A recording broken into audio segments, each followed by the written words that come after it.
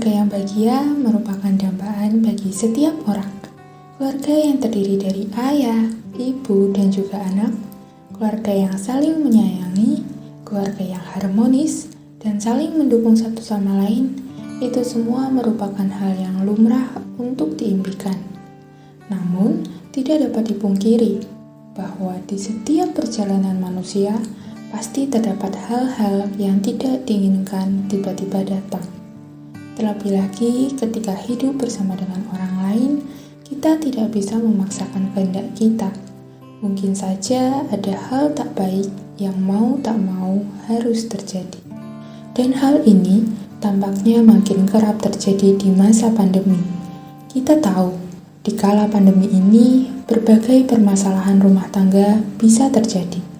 Masalah yang dipicu karena kelelahan, stres, finansial, atau masalah lain yang akhirnya tak bisa diselesaikan dengan baik-baik.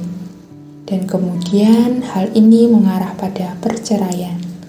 Kemudian virus COVID yang mengancam kesehatan juga telah banyak menelan korban. Hingga akhirnya suami atau istri harus merelakan kepergian pasangannya.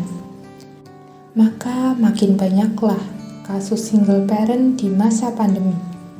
Berita-berita berikut memperlihatkan bagaimana single parent, terutama single mom, menghadapi pandemi COVID-19.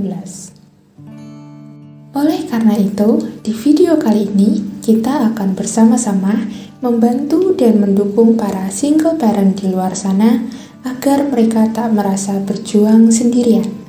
Kita akan belajar tips-tips bagaimana seorang single parent dapat bertahan dan memberikan pengasuhan positif pada anaknya di tengah masa pandemi. Yang pertama, untuk tetap bertahan, single mom harus mencintai dirinya sendiri. Agar dapat move on dan maju ke depan meninggalkan kejadian negatif di masa lalu, single mom bisa mencari grup, circle, atau komunitas yang baik untuk dirinya dan keluarganya. Lingkungan yang positif dan adanya support system akan membantu proses pemulihan luka. Kemudian, single parent juga perlu membiasakan good lifestyle, seperti olahraga dan makan makanan yang sehat. Dan yang tak kalah penting adalah menjadi produktif. Single parent yang produktif akan membantu keuangan rumah tangga menjadi lebih stabil. Kemudian, bagaimana langkah-langkah untuk mengasuh anak bagi para single parent? Mengingat bahwa peran ganda untuk mencari nafkah sekaligus mengasuh anak pasti membuat single parent menjadi lebih sibuk, apalagi di masa pandemi seperti ini, maka tips-tips pengasuhan yang tepat akan sangat membantu. Pertama, jadikanlah anak sebagai sahabat. Efek kepergian orang tua, baik karena perceraian ataupun meninggal dunia, kadang menyebabkan anak menarik diri dari lingkungan.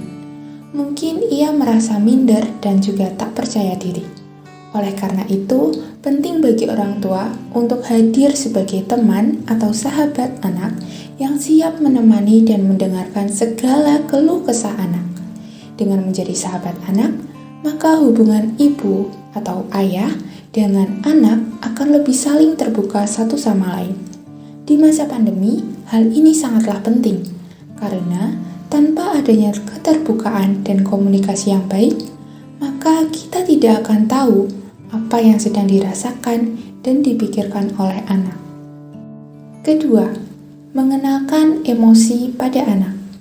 Anak perlu mengerti emosi dan perasaan apa yang ia rasakan, sehingga hal ini akan membantunya untuk mengekspresikan emosi dengan lebih tepat.